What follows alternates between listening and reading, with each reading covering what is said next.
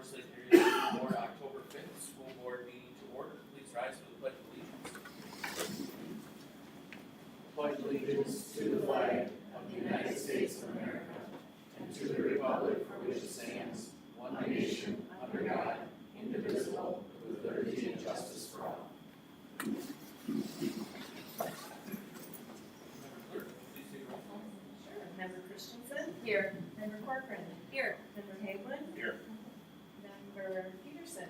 Here. Member Rayfield? Here. Member Riddleman? Here. And Member Tyson? All here. Thank you, Member Clerk. At this time, I would entertain a motion to approve tonight's meeting agenda. Second. Motion and second, any discussion? Seeing none, all those in favor of approval signify by the sign of aye. Aye. Opposed, ayes have it. Motion passes. This time, under scheduled and unscheduled visitors, we have Gene Hallberg and family from the Hallberg Family Foundation here to present the district with a rather generous donation. And at this time, I would invite you up to speak if you'd like. On behalf of the Hallberg Family Foundation, we're very pleased and proud to present to the school district $150,000 for the purchase of a new Zamboni, which will be used in the Hallberg Arena South in their new facility. And so on behalf of our whole family, we're very happy to be able to do this.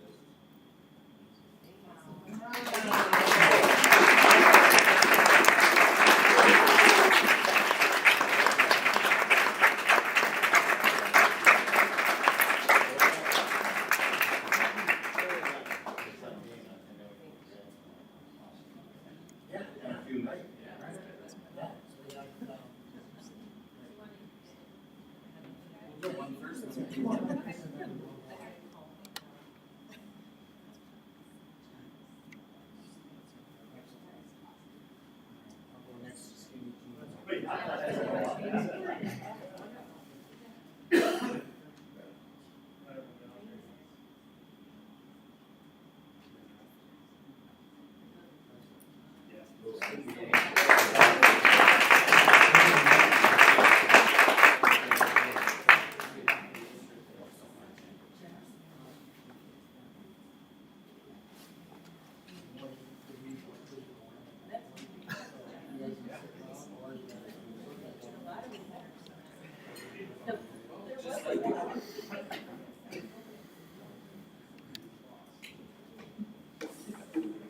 Gonna need a big Sharpie. Can I say something? Yes, absolutely. I was here about 50-some years ago, and there were no girls' sports, and we started them. And when I went with Jean to look at the two ice arenas, I went, yes, boys and girls. Thank you.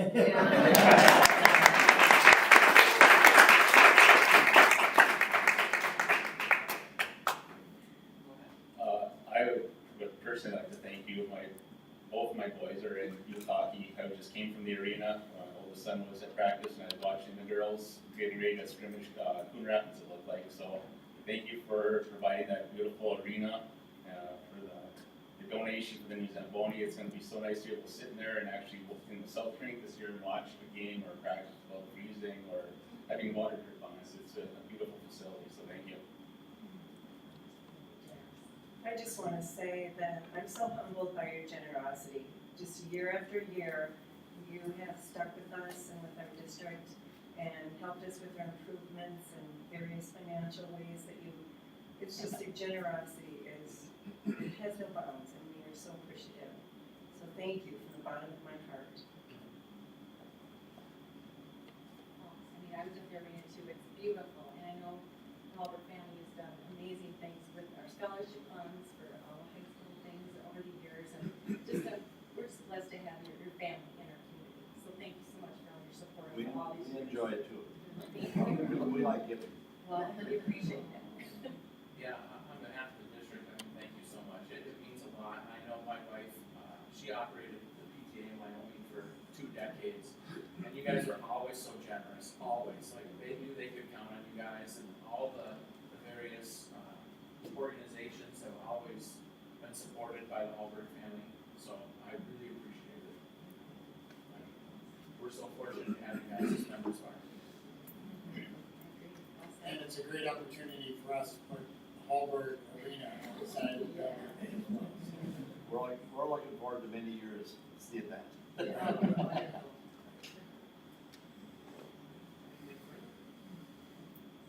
had a listening session earlier, we had 3 attendees there. We were able to talk about a number of topics from busing and just the logistics and how it's worked out. Very happy that we haven't had any cancellations, but some frustrations about the duration of time that the kids are spending on the bus, which is understandable, and we're still working some wrinkles out. We also talked about the Where's the Bus app. I can leave that to Dr. Massey for the update there.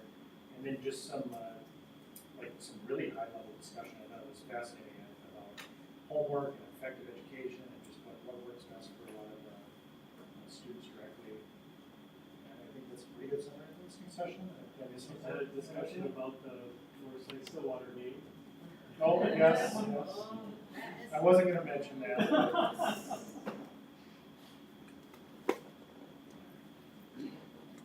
further? We will move on to student achievement. We have student report link crew, Principal Caldwell. Member Chair, rest of the school board, it's great to be here with our student groups again, and I'll invite our leaders up, led by Molly Bonnet. She will introduce the students. We have some brief comments. I did ask our student groups, because it's the same groups that come year after year, new faces, a lot of the same things are happening, that we don't need to do the major PowerPoints and things, but to keep it high level and hopefully entertaining and have some more information from years past. So,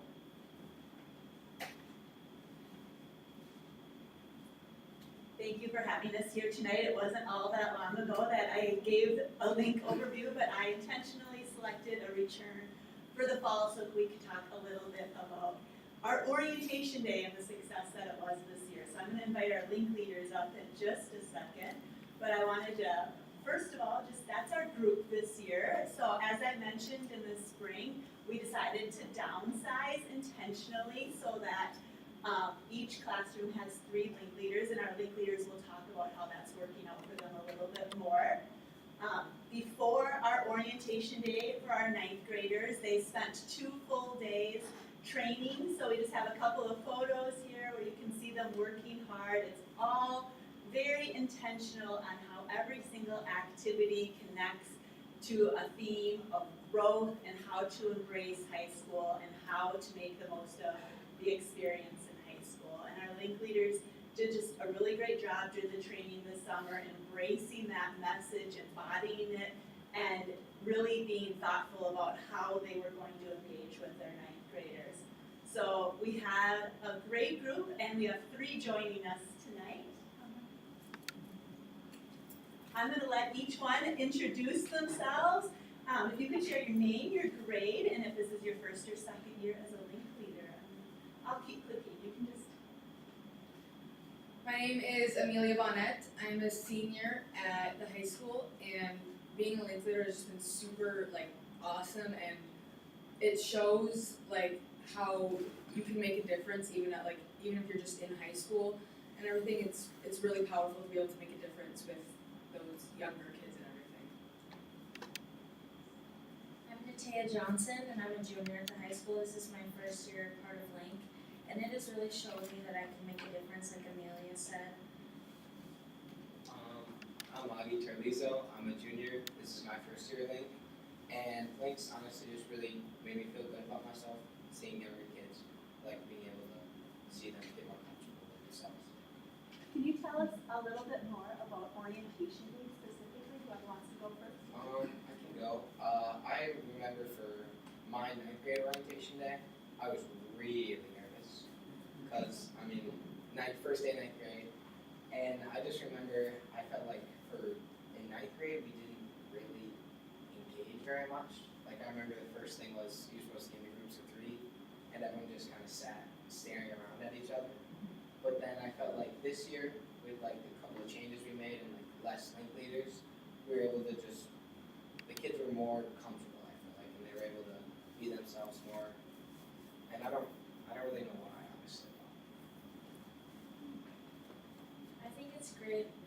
opportunity to them to meet the upperclassmen, because when you first come into high school, you were so scared thinking that they're just so mean.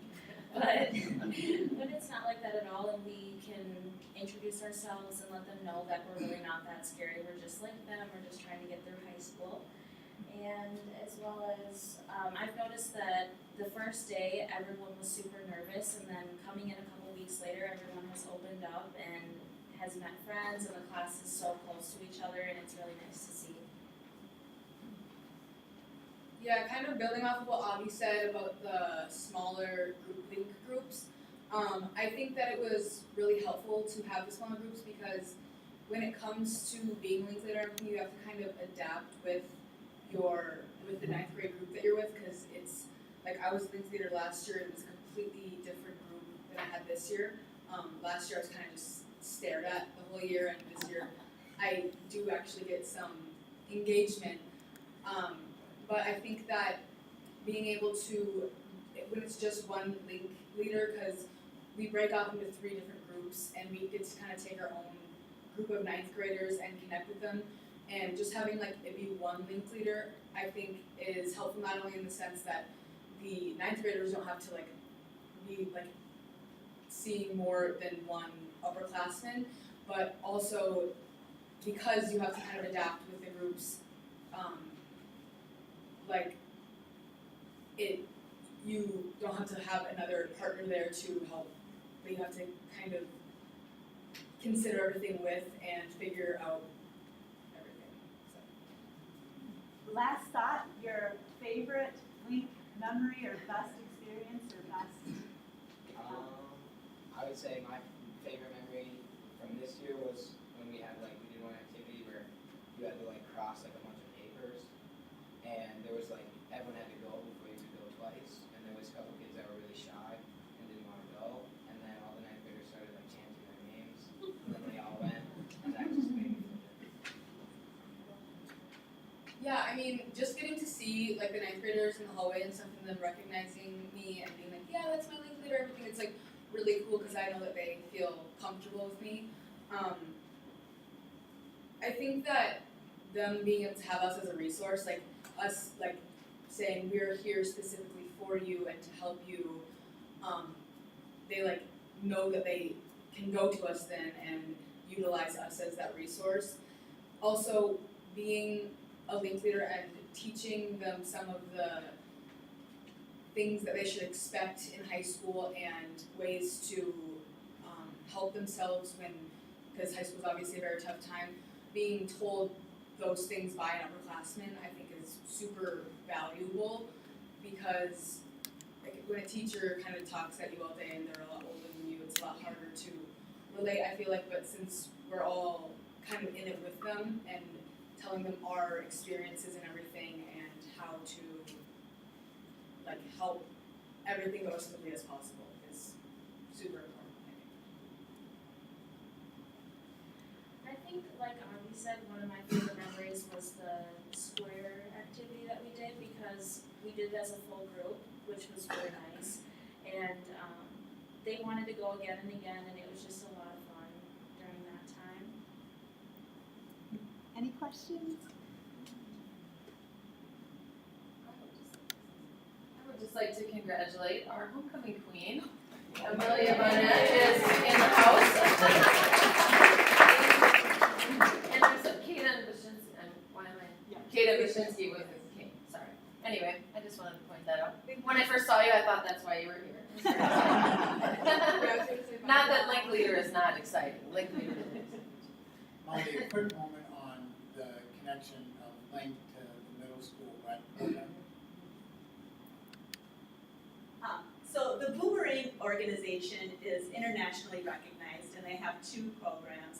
Link Crew, directed specifically for 9th grade students, those entering high school, and Web, directed specifically for junior high or 7th grade students. And so they are all under the same umbrella. When I went to Link training down the hallway, Web training was happening simultaneously. So it's all the same principles and foundation of making sure that when you are coming into a building new, that you cannot function at your best capacity unless you feel safe.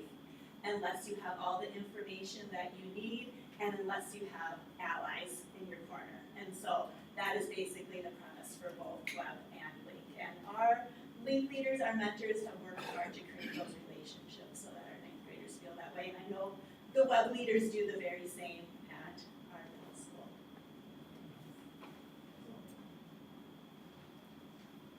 I think that Link is also really cool because it helps, I think that seeing some of those kids in like freshman and sophomore year who were really afraid to break out of their shell and everything actually became Link leaders to help other kids who have a hard time breaking out of their shell. I think that's why it's so important just to have like a wide variety of Link leaders. Like you'll see some people who are more quiet and reserved, but it's so important to still have them on like the Link team and stuff because they help other kids who are like them and everything. So I just thought. She may get the gift of gab. Well, I just want to say thank you for the work you do as the crew Link leaders and being those outstanding role models and supporting our ninth grade students in your work. So thank you. Thank you for having us. Thank you. Thank you for coming.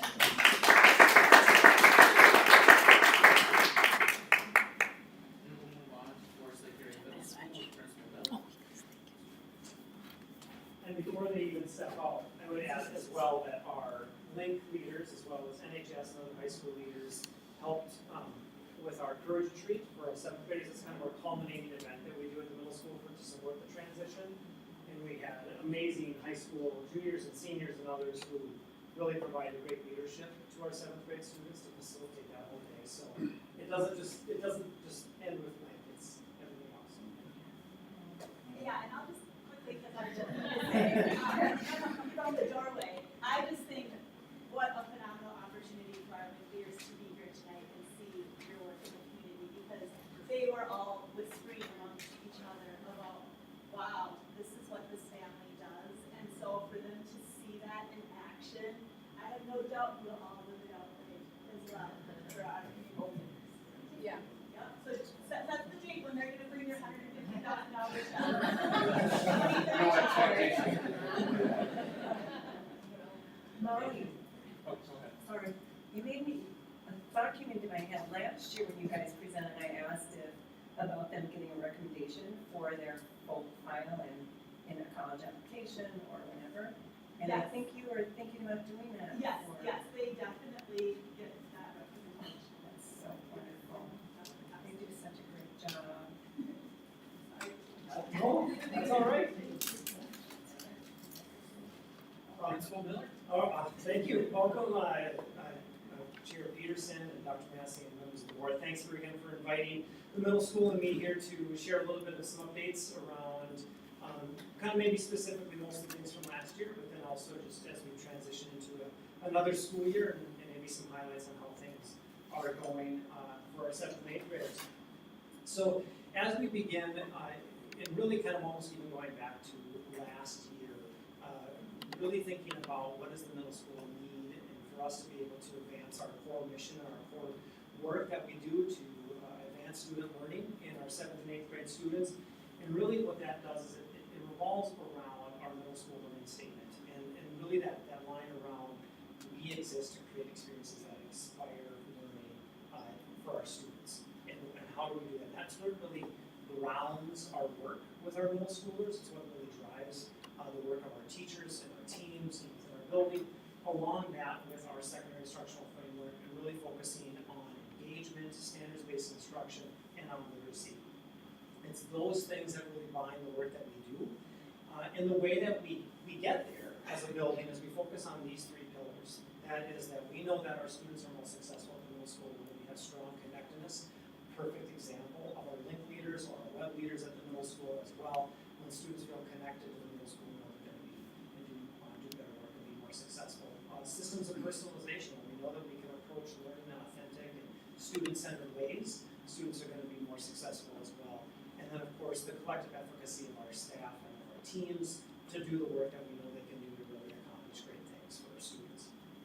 And so what we want to start with this evening is some data highlights from last year and a little bit of some trend data. So what you see in front of you now is sort of a summary of our math, reading, and science MCA results going back to even pre-pandemic year in that spring of 2019.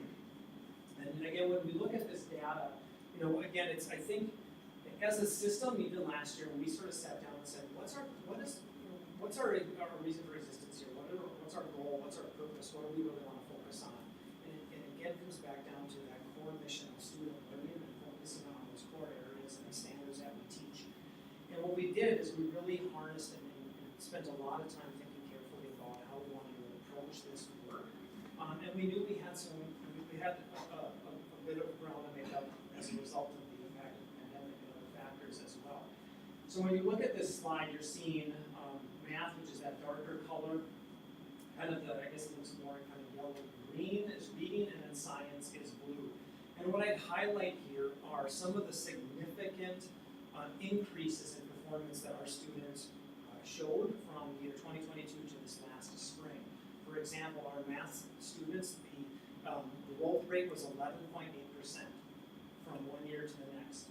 I would share that in typical years, you may see 1% or 2%. If you look at MCA data across a lot of regional middle schools, their results were flat from year to year. To see that kind of growth was really impressive. Our reading scores, 6.8%, from, again, 22 to 23 as well. Again, we can definitely speak to that. We still have work that we want to do and that we want to continue to see this kind of accelerated growth year on end to, again, get our students at a point to be really truly successful, and our system to be really truly healthy and successful. Our science scores, which are at around state, kind of the sort of the state averages right now, are an area of growth for us that we are continuing to focus on as well. But again, I think when we look at across how our math scores are growing significantly, they're above the state average in many ways. Reading scores, which were below, but accelerated up to that level, and things are looking really promising for us, are areas of highlight that I think it's important that we recognize, and again, recognize the hard work of our students and our teachers and our work. Just briefly, what was the number of practices there? Those are the numbers of students who are proficient at that level. So if you look at math, 434, the number of students within that band of that assessment. Oh, within the band that took the assessment. So we have about, no, you're right, the number of students who are proficient at that. Oh, okay. Thank you. So just a little bit more of a deeper dive into each of the different MCA benchmarks. So when we look at, this is a graph that again is something we use with our teachers in our math and our reading, our English data retreats that we do every fall to really dig into our benchmark reports on looking at specific standards and areas for growth and opportunities to improve. What you see here is 8th grade and 7th grade, what we really want to focus on are those areas of, again, growth and improvement. You can see in 8th grade, 42% proficient last spring in reading, and in 7th grade, 49% proficient in reading as well. Again, as we combine that, we look on average, we're just a little bit above where the state average actually is. But again, that was with some significant growth last year in just a single year as well. In math, again, above average across our grade levels here in 7th and 8th grade in math. In 8th grade, 48% of our students were proficient on their algebra MCA, and then 60% of our students in 7th grade, which was again something that was a huge improvement. We typically don't look at cohort data when we look at MCA results. We typically look year to year, but even it's hard not to look at cohort data and to see just that growth that occurred for our students when they entered the system as 7th graders. So I'm having, what is this telling you? So that on the side is percentage of students. Percentage of So students. 24%, let's say the 8th grade, in our school, 24% of students are what? So the red would be 24% of the students did not meet standard. Okay. 28% of the students were partially meet standard. Okay. And then 34 is meets, and I don't remember last time, 14% are exceeds. So when we think about the levels of proficiency, what we're thinking of is who are the students who are meeting and students who are exceeding standard on those MCAs. Okay. What's the difference between school and district? Because we only have one middle school in the district. We do, however, we also have students in 7th and 8th grade who participate in some of our alternative learning programming. And so the way it works is that, sort of a little behind the scenes, but essentially when students participate in one of those particular classes, that they are counted in that sort of outside of the middle school, if you will. And so they're kind of counted as part of that separate entity, but then included in the district. Thank you.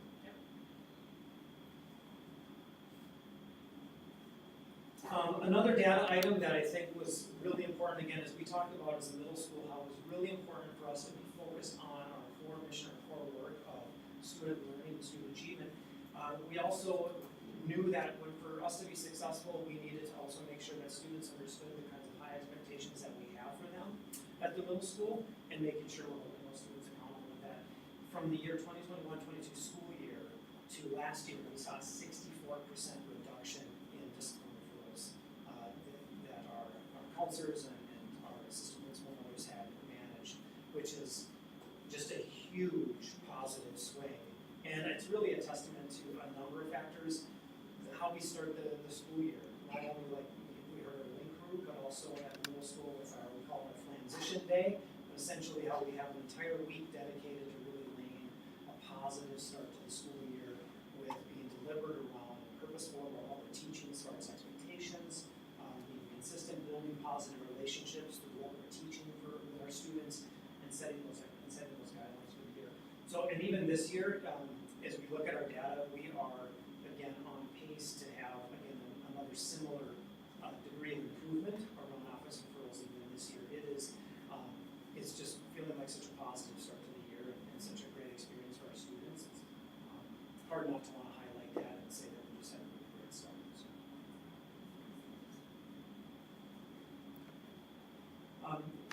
All of the data analysis, not only referencing our MCA results, but also looking at, we just finished our fall FAST math and reading screening assessments at the middle school, using all of the data that we have along with the benchmark reports and the things that inform our teachers and are building around performance on state benchmarking standards.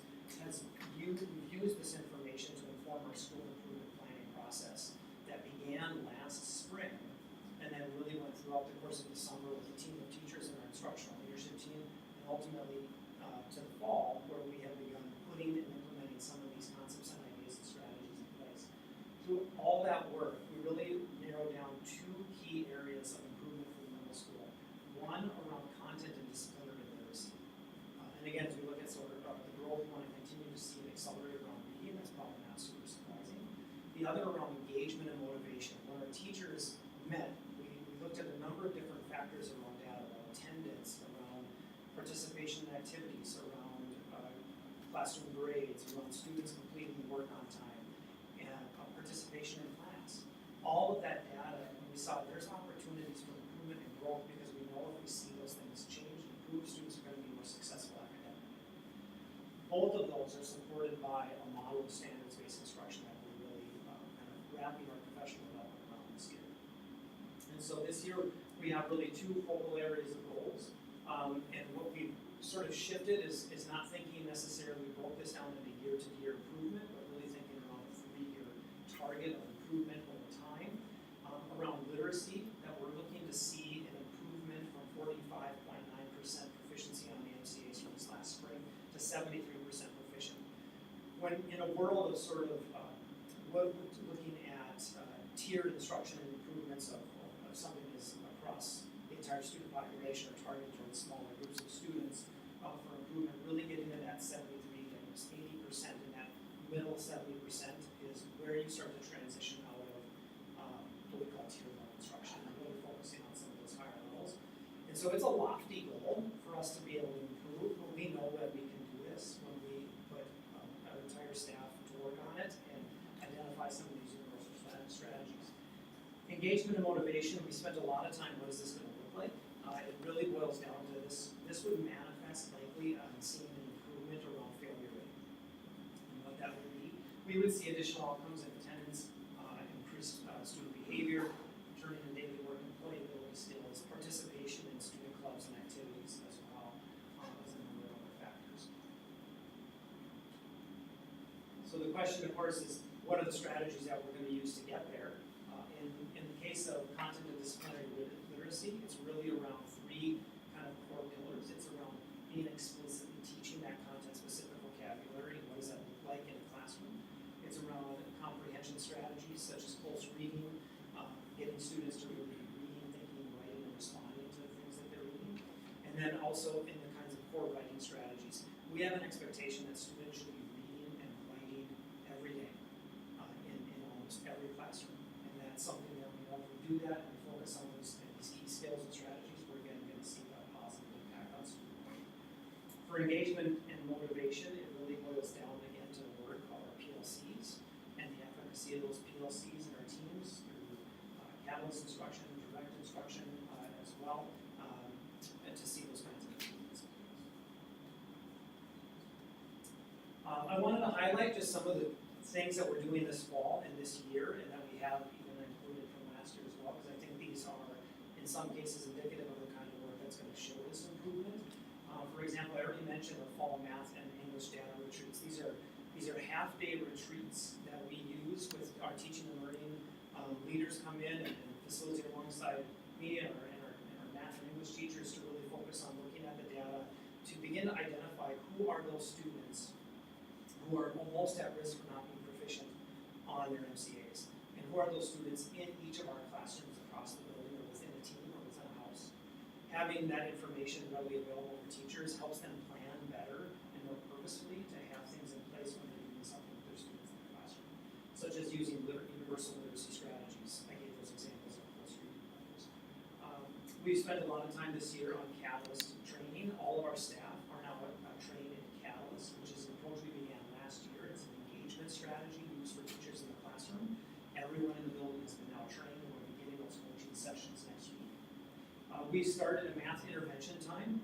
We're using, leveraging our advisory program, specifically with our math teachers this year, where they are identifying students in real time and pulling them into their, what would be their normal advisory, and actually providing in-time direct instruction of those students based on how they're performing on some of the assessments, formative assessments, those kinds of concept checks that they do daily in their classroom, and seeing that improvement. And we're excited because next week is going to be our first flex win time that we're putting into place.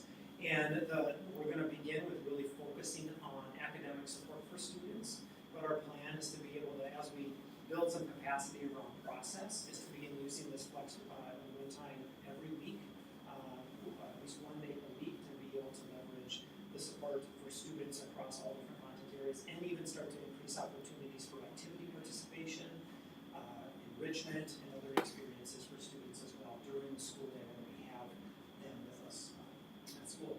And I highlighted a few others there as well.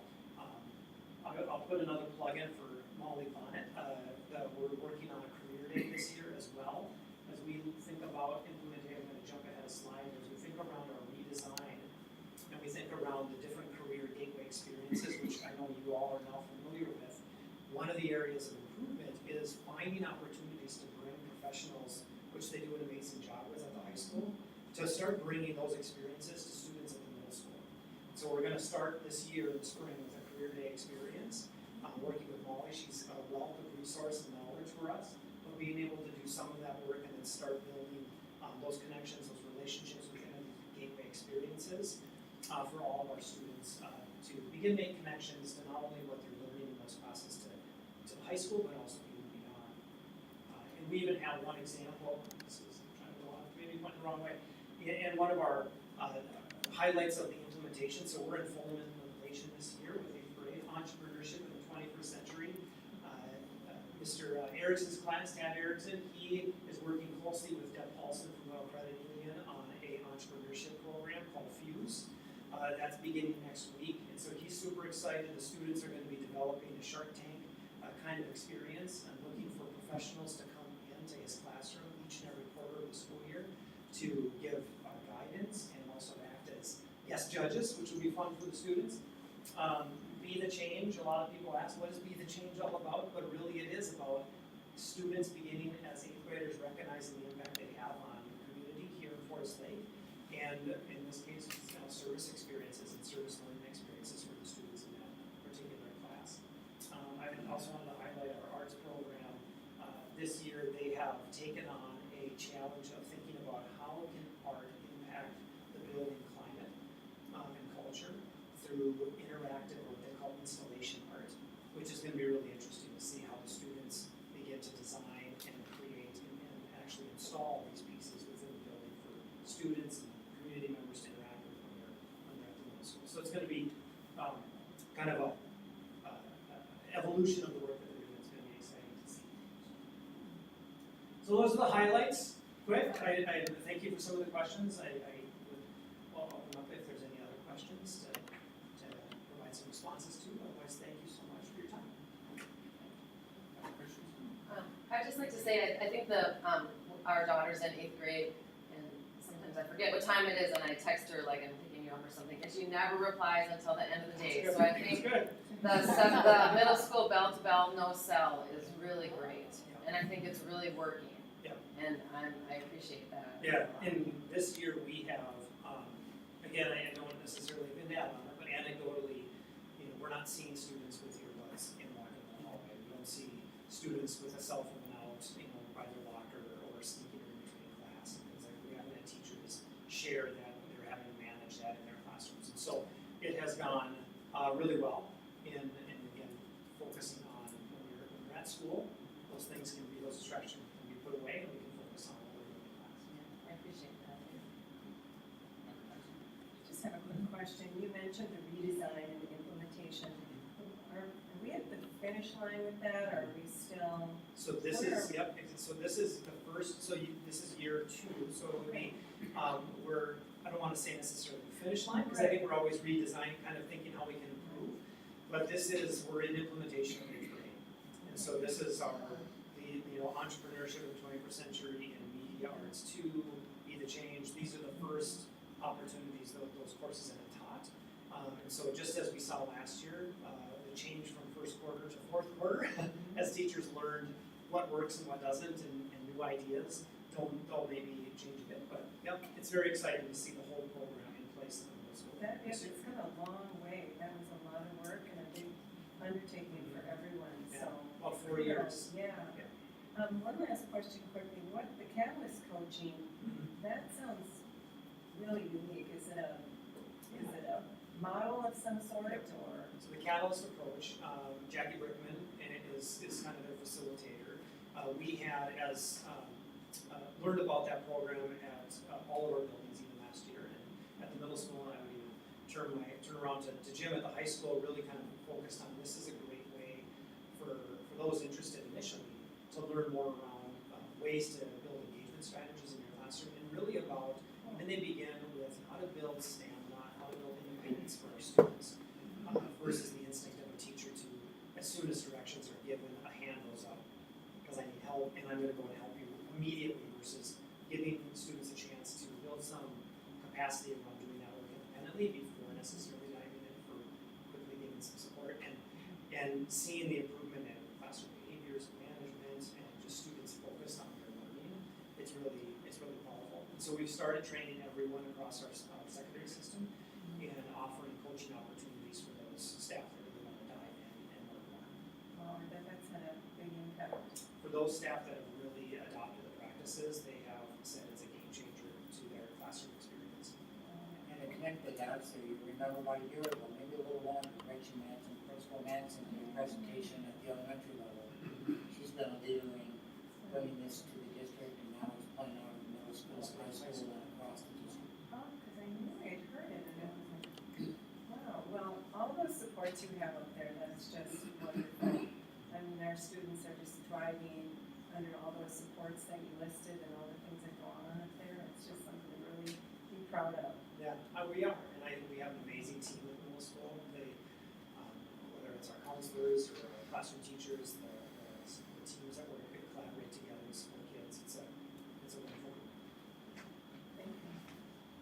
I was just gonna say, I know COVID took a hit on everywhere, every school and every area, and that age is such a, that 7th and 8th grade is just a really hard time. And the literacy, I'm glad that you have some goals for that, because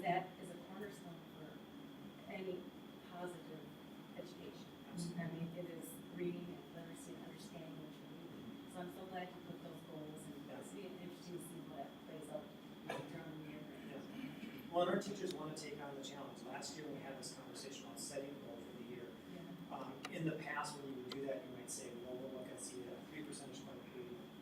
That didn't sit well, not where we were. It was, no, we need to make significant gains. We may not have met our, what we said, 20 percentage point growth last year. We didn't make that goal, but we still grew significantly, and we know that we can continue to do that if we put forth the hard work that we need to. It's important. And also a question about mental health support at the junior high and middle school. Yeah. How has that been going? Does that seem to be, like, it seems like the engagement's better and not as much behavioral problems? Yeah. It seems like things are working. Yeah, absolutely, and with mental health support, I think in some respects, as we see everywhere, there's almost never enough, just with the demands that still exist. Right. But with our 3 amazing school counselors, with our collaborations with Canvas Health, we also have others that we collaborate alongside, just even some of the other staff members who engage with students to provide those strong connections with students as well, really make a positive impact to provide that support. And again, I think looking at Kelly and where she's looking behind me, maybe, and the work that she does with her team to bring in some of those additional connections, Lou Ransom with Rotary Center, as well as some of the additional connections that are there to offer more support for students, when they find great people to get into their system too. So, yeah, never enough, but we're continuing to make movement in the right way, and it's been really good for kids. Thank you very much. I just had a quick question. Yeah. Middle school went through a kind of a big course redesign over the last, About 4 years. Yeah, 4 It was years. a while. But you're in the implementation now. Yeah. How's that been going? Yeah, it's been going really well, and what we learned last year during the first year of implementation for 7th grade was the support that we needed to provide the teachers that were in implementation throughout the course of the year. Because as we learned that first time you teach this course and put all that hard work into practice, you sort of learned, well, this works and this maybe needs to be adjusted. So now this year, providing some of that same support for our 8th grade teachers who are in implementation, Tab Harrison, for example, in business, or I can some of our teachers as well, Joe Becker, industrial tech, and others, continuing to provide some of that additional support and opportunities, not only in resources that we offer, but also just even in time and coaching with our teaching department throughout the year. Can I also ask, it seemed like what are the thoughts behind kind of bringing some of those science proficiency scores up? What are some of the thoughts around that? Yeah, Yeah. What are we thinking of? I mean, you talked about reading a little bit, but Yeah. I'm also concerned about that. Yeah, well, as an old science teacher, Yeah. it's hard to look at. I think with science, there's a few factors that are at play with science, especially around where we are as a district. The state standards that have changed, there's been some delays in full implementation of those standards, yet as not only again Forest Lake, but many other systems in the world have had the ball moving already to say we're gonna move forward. And I think that does have an impact. When I break those scores down, for example, we see high performance in sort of the nature and science. So kids understanding how to do the work of a scientist. But we see, for example, areas in say physical science, which is not an area that we focused on in middle school with life and science as an area that students typically struggle with. Now that that's shifted, we would expect to see some improvement in that area. Yet again, as an assessment that measures 3 years of learning, there's some inherent challenges there. We're looking at doing another data retreat with our science folks and kind of modeling what we use with English and math this year, and trying to bring it needs to look a little different because of the nature of the course and those standards, but using some of that same methodology to look for some improvements there as well. Science is also right in the middle of instructional review through the teaching and learning department, and they're really focused on those identifying what those real true priority benchmarks are, looking at how we take those benchmarks, which are great as a scientist, great to read, and they're super they're in depth, they're challenging, they're really rigorous for kids. But then how do we bring that into life in the classroom? And so that's the work they're focused on this year. That will again be, I think, a positive impact on the work. But I would expect that there might be, with the way standards and the MCA test is going to shift in the spring of 2025, we'll probably see maybe a period of some flattening there before the MCA 4 is aligned with where our instructional review Thank you, and thanks for your work at the middle school and all the staff there. It's really important work and really appreciate it. Yeah, absolutely. As I would say, we lead from the middle, we love the middle school. That's what So, no, thank you, everybody. And again, as always, we'd love to have you at the middle school if you want to see some of this in action. Thank you. Thank you.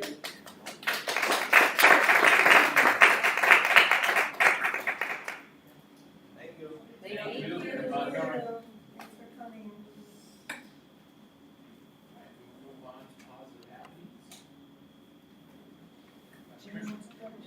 A couple positive happenings. I went to the Scandia PTO meeting on September 12th, and it was really great. There was 8 people there, great parent involvement, talking about some grade level breakfasts and the different events that we do, so that was really fun. And then last week was homecoming week, which was not only really fun, but the high school came together to do something really great. So Nancy Carlson on the Forest Lake Police Department is on the board of the Special Olympics, and she helped with the idea of the dunk tank. Instead of jumping in the lake polar plunge, they had a trailer where that you jump into that cold water. And Officer Olstead, she's the SRO at the high school. She was the contact with the organizers of the Special Olympics and handled everything. Amanda Brett at the high school, I think she's one of the deans, I might have her title wrong, but she led a lot of the homecoming events along with the student council.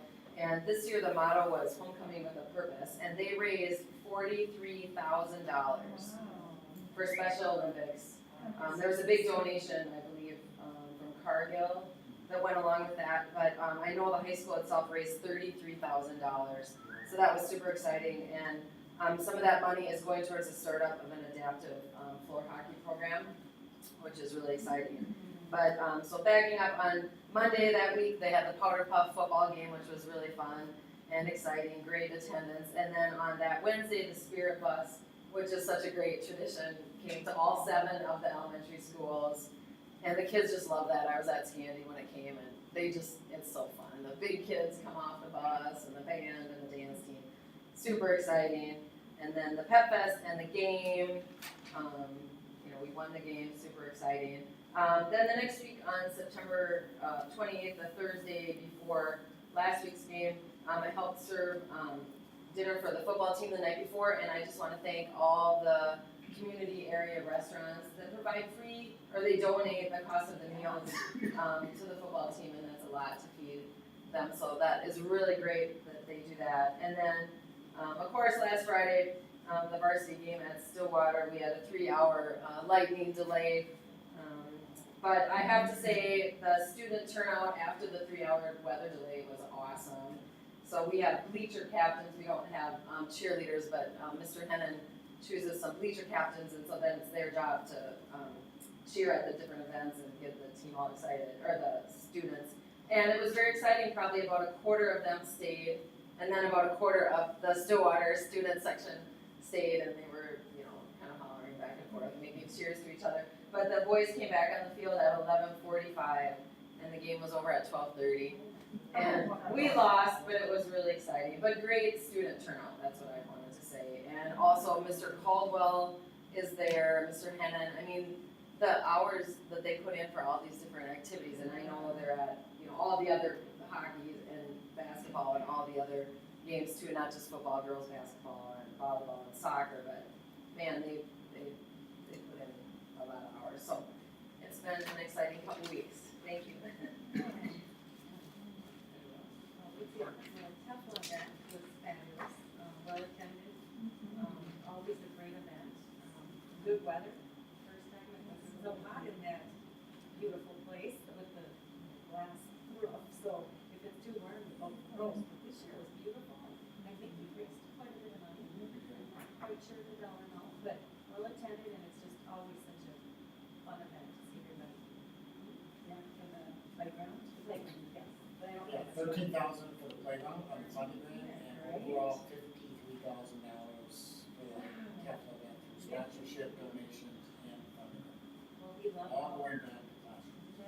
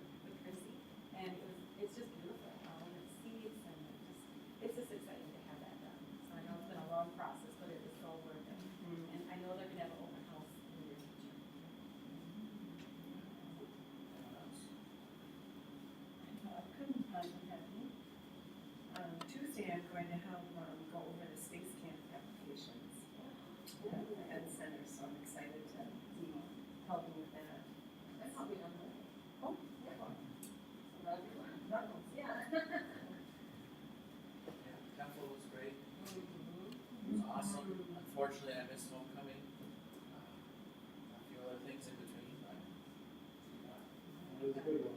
Yeah. Yeah, I heard. Alright, anything else? We'll move on to reports, workshops and conferences, anyone? Seeing none, we'll go to 916, Member Tyson.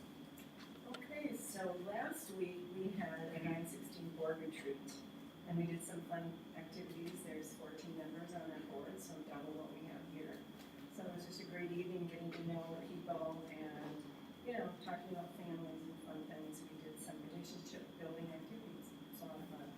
And then last night we had our regular meeting, and since it's a quick turnaround, I have to read my messy talking points. So we had information from Dan Nattis, the Director of Special Ed. They had a review of their MTSS and multi-tiered systems. And the Center for Applied Research and Educational Improvement, CURI, did it for them. So we got to hear about that. There were some things they're looking at doing and changing, and so that was a really great thing to have done. We also had from the, she was the principal of the new Mononita Academy. They have 3 ALCs, and the new one is the Mononita Academy. So the principal talked about how they got their space together. They have 60 students, and their capacity is 100. So it was good to hear about that. We also approved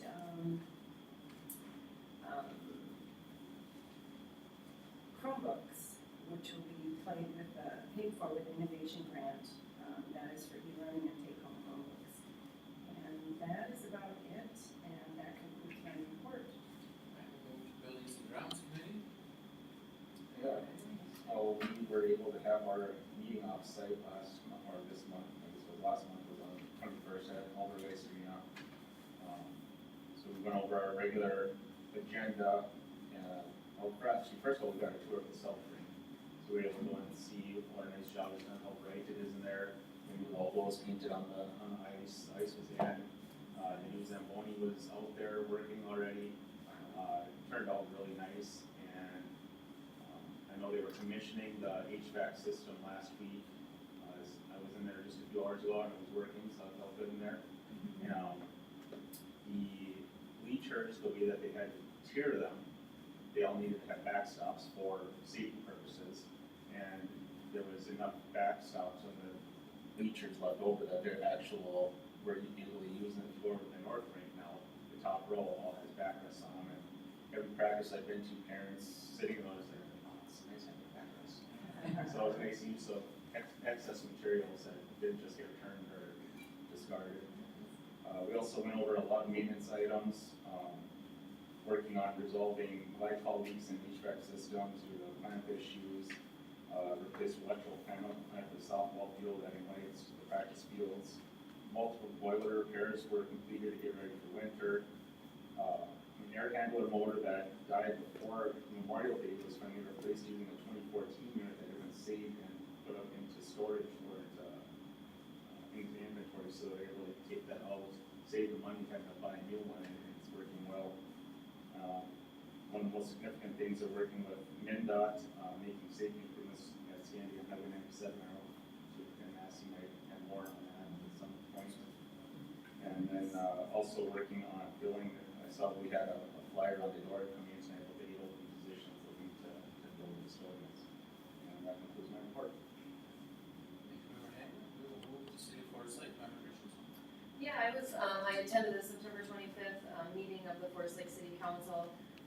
There was some open forum discussion about some different improvements that people are looking forward, are hoping to get up at FLA with some lights in the evening. And there was some talk about some parking at the hockey arena and just different budget items were discussed. That concludes my report. We will move on. Thank you, Member Christensen. We'll move to the Communications Committee. Member Christensen? Yes, yep, we were at the Communications Committee meeting on September 21st here. We talked about, we looked up and reviewed the new district website, if everyone, I'm sure everyone has seen that, and kudos to Renee Reedy, that was a lot of work, holy cow.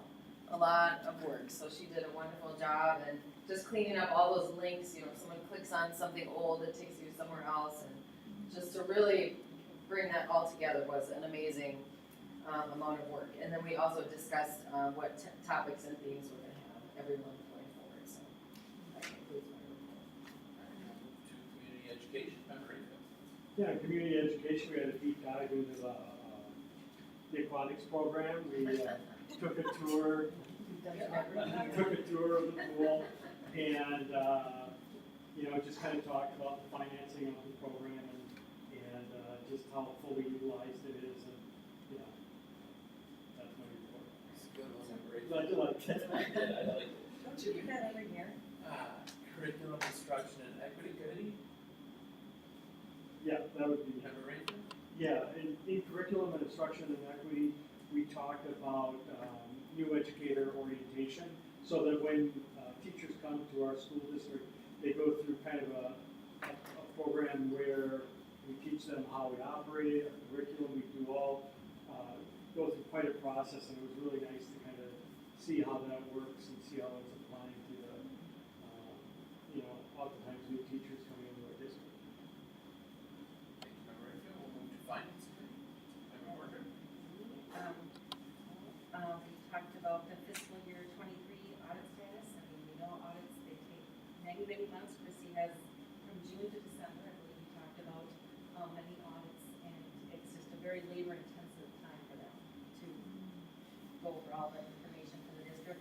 Talked about the fiscal year 24 budget status, and we also talked about review of the preliminary property tax levy and for 2024, which we voted on at our last meeting. And the truth in taxation hearing will set the real numbers in December. So it's just a preliminary number that we approved. And that concludes my report. Thank you, member Worker. We'll move to policy committee, member Rimmer.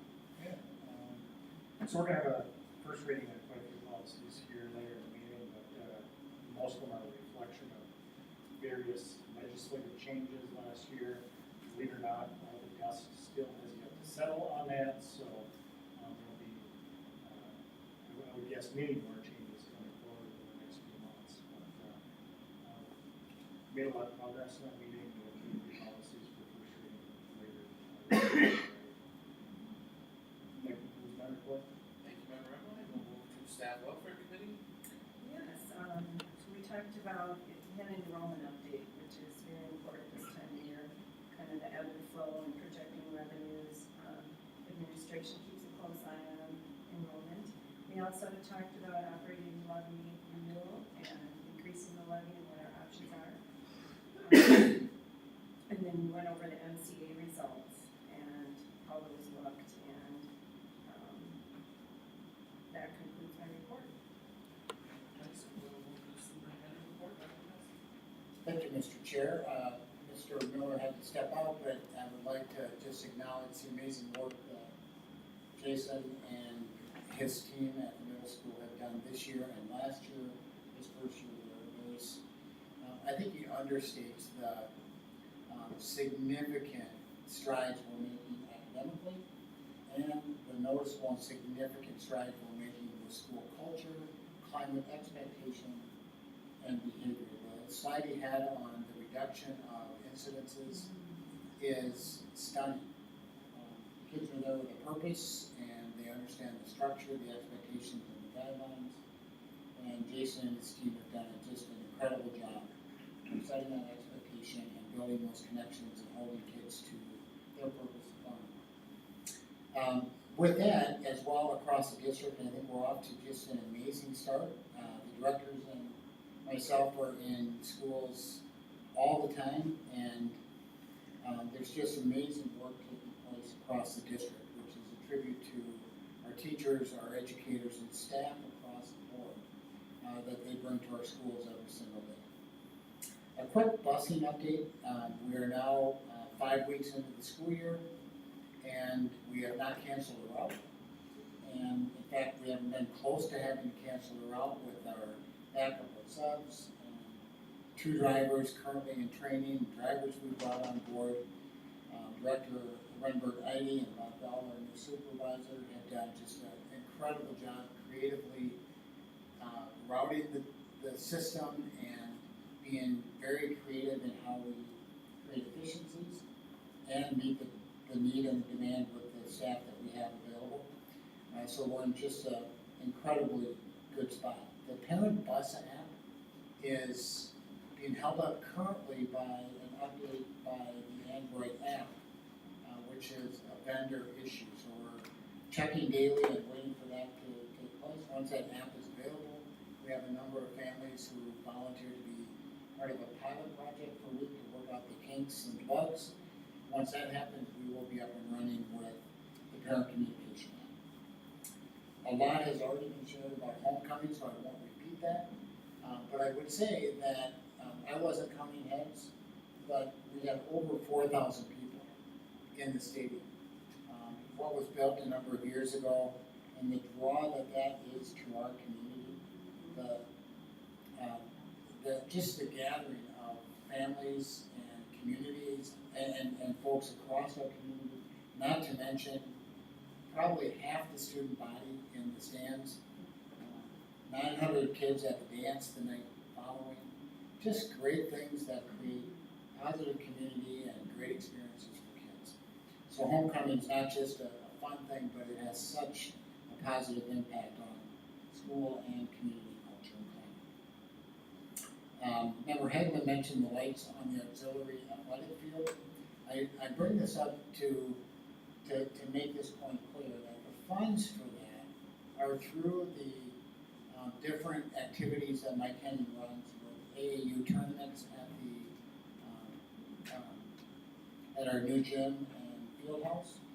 Mike is running tournaments every weekend of the year, and that field house provides that opportunity. Not only are those events bringing families from across the metro area to Forest Lake, but they're shopping in the community, they're sometimes staying overnight in the community, and it's bringing a resource to the community, but it's also bringing financial resources to his budget, and with that, he has funded the light project on the auxiliary field. Those are not general fund dollars. I want to make that very clear. Member Hegland gave a super update on the ice arena, the new arena that's been built. We've been skating it for the last several weeks. Those funds are not general fund dollars either. That's long-term facility maintenance funds dedicated to that type of a project. October 9th, this upcoming Monday, is Indigenous Peoples Day. And I'd like to recognize the dedication and the work of our Indian Parent Advisory Group and acknowledge the culture and traditions of our Indigenous students and families and what they bring to the school district. And per state requirements, we will have brief lessons on Monday designed to provide background information for our students on Indigenous Peoples Day and cultures. And with the invitation, just a quick update on the Scandia 97 traffic concerns that we have there, given the accident that we had there. And we know that that's a perilous stretch of road when we're starting the school day and ending the school day with 50-mile-an-hour posted speed limit, but we know traffic is zipping through there probably faster than that. So we've engaged MnDOT and Safe Routes to School staff. We're working to schedule another meeting. MnDOT will be the facilitator, bringing Washington County folks to the table, the city of Scandia folks to the table, and of course, MnDOT folks as well. Nothing moves quick in that arena, but we've got to get the conversation started to see what we can do to bring speed zone reductions or maybe redesign, or at the very least, posting information to create a better awareness for folks that are zipping through that section, with folks coming in to school and leaving school. And that concludes my report.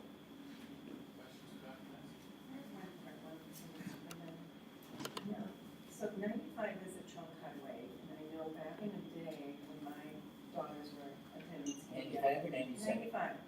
97. Okay. 97. 95 is a chunk highway.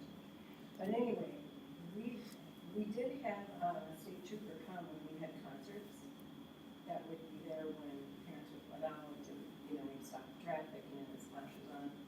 Are we still able to do that?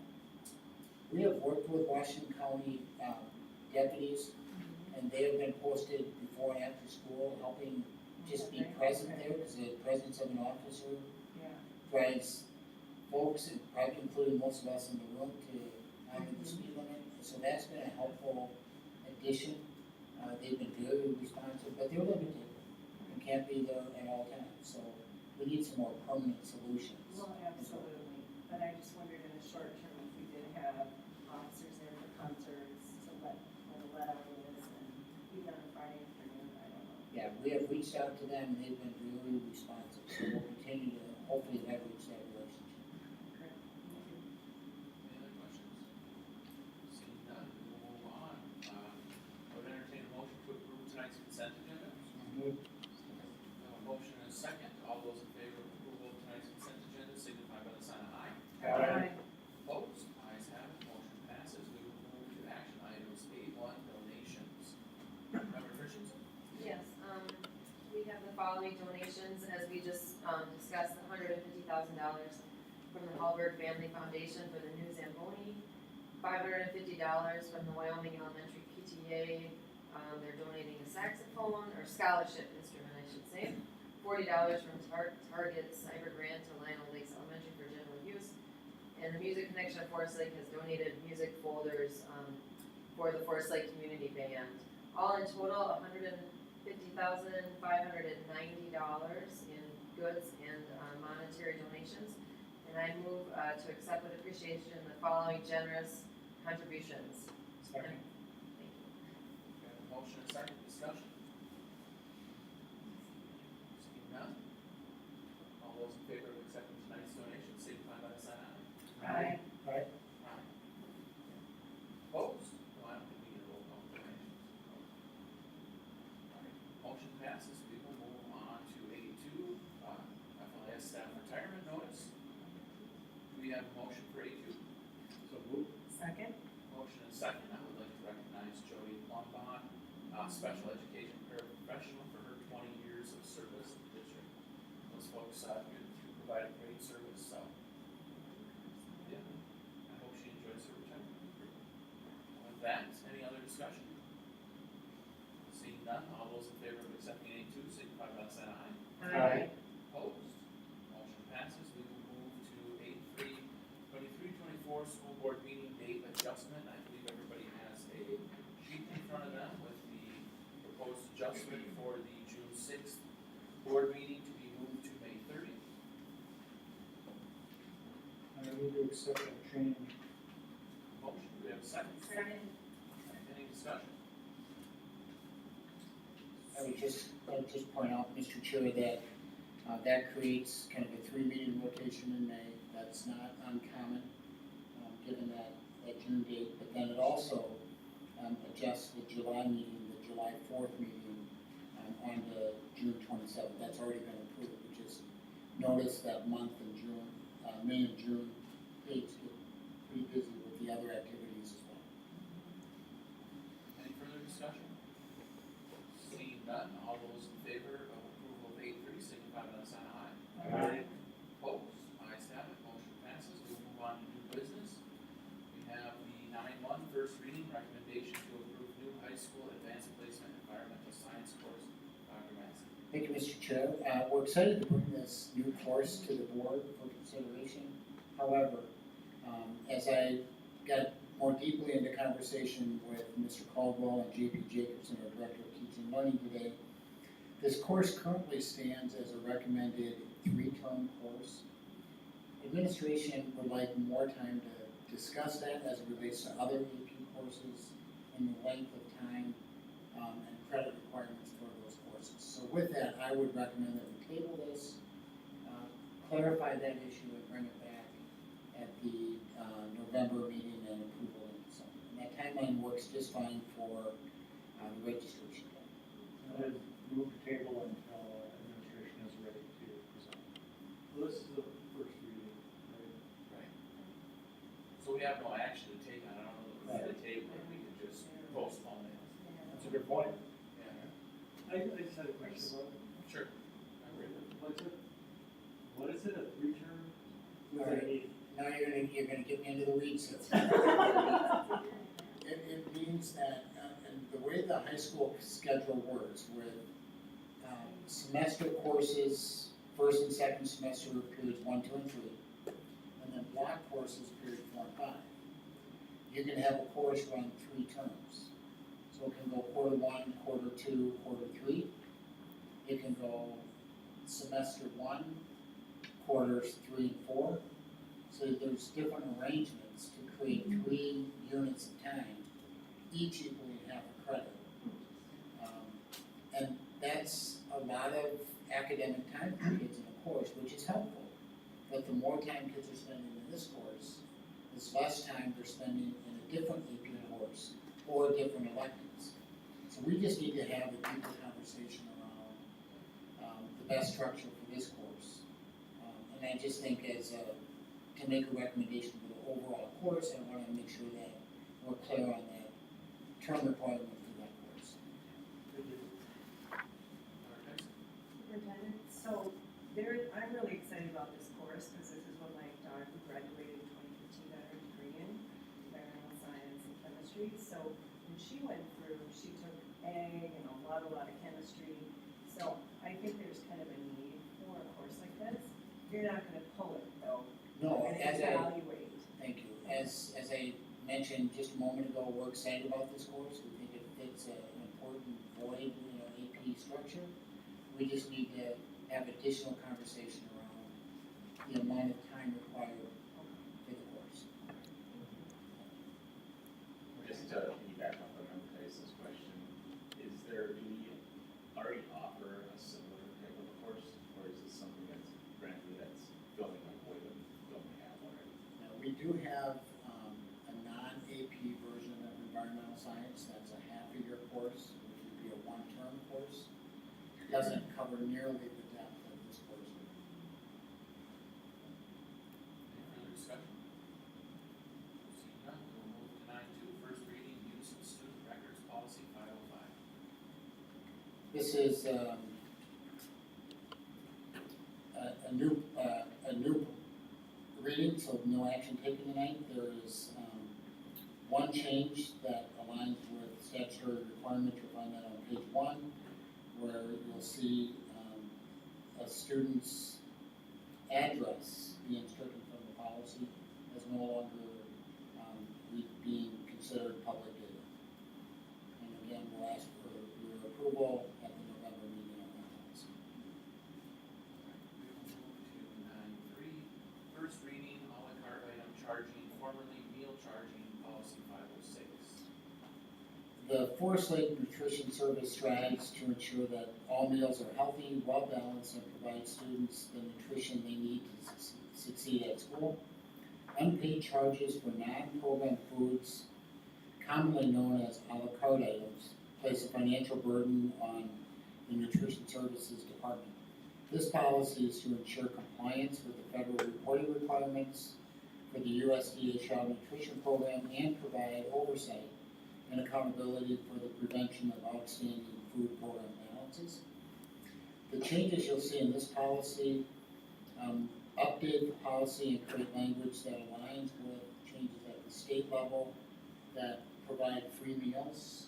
Those are the core main meals, so it doesn't relate to the a la carte items. Those are now breakfast and lunch. Those meals are free for students. That then changes how a la carte interacts with food balances, and you'll see updated language related to the charging and the work with students with outstanding balances related from a la carte purchases. So I would ask that you read the policy and reach out over the next month if you have questions. We will move to 9.4, discipline policy 515.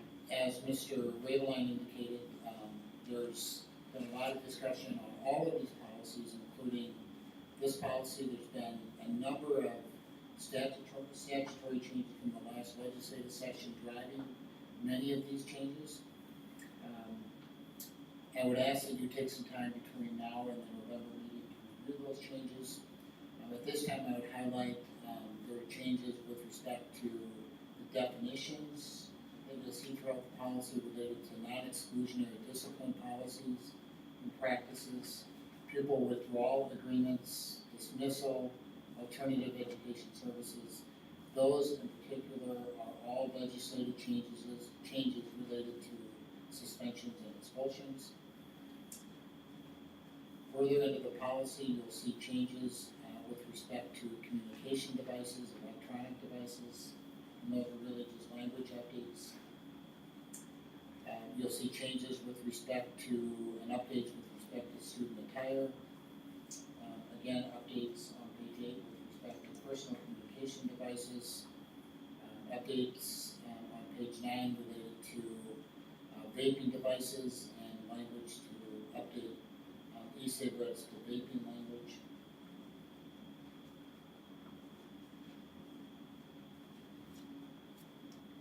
Page 18, changes with respect to suspensions and alternative education services and accepting of homework while a student is serving a suspension.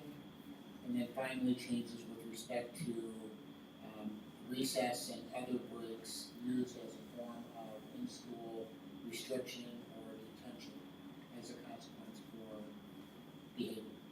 Again, please read those changes and reach out if there are questions between now and the November meeting. I ask you to move to 9.5 first reading proposed new policy, overdose medication policy 528A. Thank you, Mr. Chair. This new policy is an effort to create a policy that covers the administration of the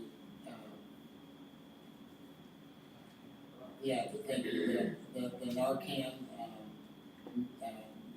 naloxone language. Again, this is a state expectation that schools have that device on hand for kids that might be in an overdose situation in a school setting. So this language covers staff liability there and spells out procedures for housing, maintaining, and administration.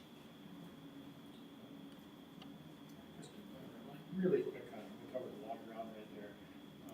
We had a very productive policy meeting, as I mentioned earlier. There are more changes to come.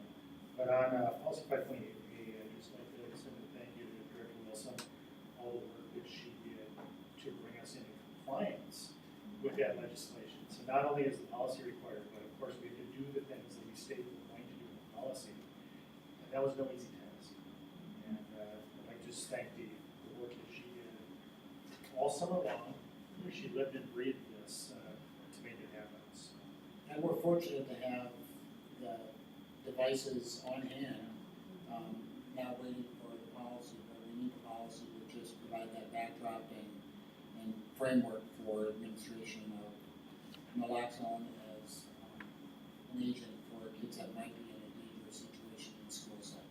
I think that's an excellent point, Dr. Massey. We have been in compliance with state regulations. They did not give us much time. But again, due to the work that Director Wilson did, we're good to go. So that there's the language, and we'll see you again next month. I would like to thank the policy committee for all their work. I know the legislature dropped a lot of bombs this last session. And I would also probably include that you're probably not done, because as case law comes out and clarification comes to all that language, it will definitely be changing in the future. So no small feat there, but a lot of good work and a lot of great changes come out of that. Free meals, I think the better students not worrying about whether or not they get lunch is a great situation